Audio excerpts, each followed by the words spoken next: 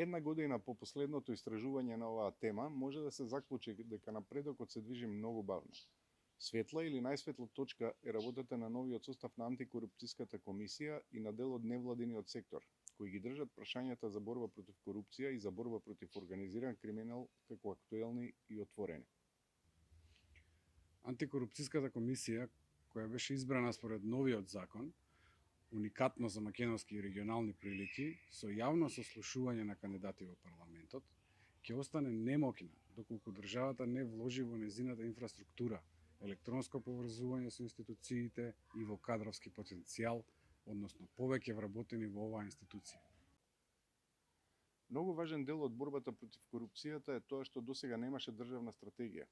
Антикорупцијската комисија ја изготви уште на крајот од 2019 и ја поднесе во јануари 2020, но поради предвремените избори и распуштеното собрание, таа не беше изгласана и усвоена.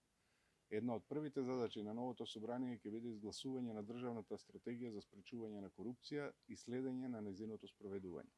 Системот на јавни набавки треба да претрпи дополнителни реформи. Според Греко, посебно важни се следниве работи околу јавните набавки.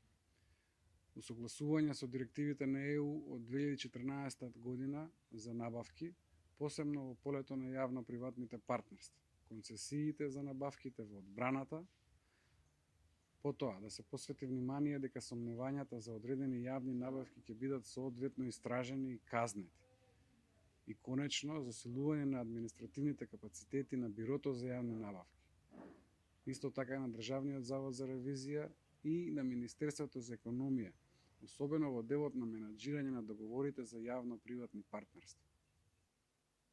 Реформите во јавното обвинителство и судскиот систем исто така се клучни за борба против корупцијата и организираниот криминал. Според анализа на еден од нашите експерти, јавното обвинителство во делот на гонење на организираниот криминал отвора премалку случаи што се врзани со корупција. Само 5% од сите обвиненија се однесуваат на така наречена злоупотреба на службена положба. Тоа се најчесто случаите за корупција што се водат по ова кривично дело. А во овие случаи стапката на осудителни пресуди е едва и 25%, додека во сите останати случаи на обвинителството таа стапка е над 90%. Реформите во МВР и во полицијата се неопходни за да се подобри состојбата со борбата против корупцијата и организираниот криминал. Според новодите на Греко, досегашните реформи внатре во рамки на МВР и полицијата имаат повеќе слабости.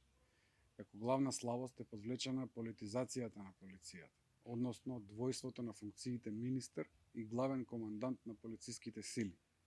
Греко бара министерот да биде политички управител со процесите во министерството, а главниот што ќе има командата врз полициските сили и неговите подредени да ја имаат оперативната независност наспроти министерството.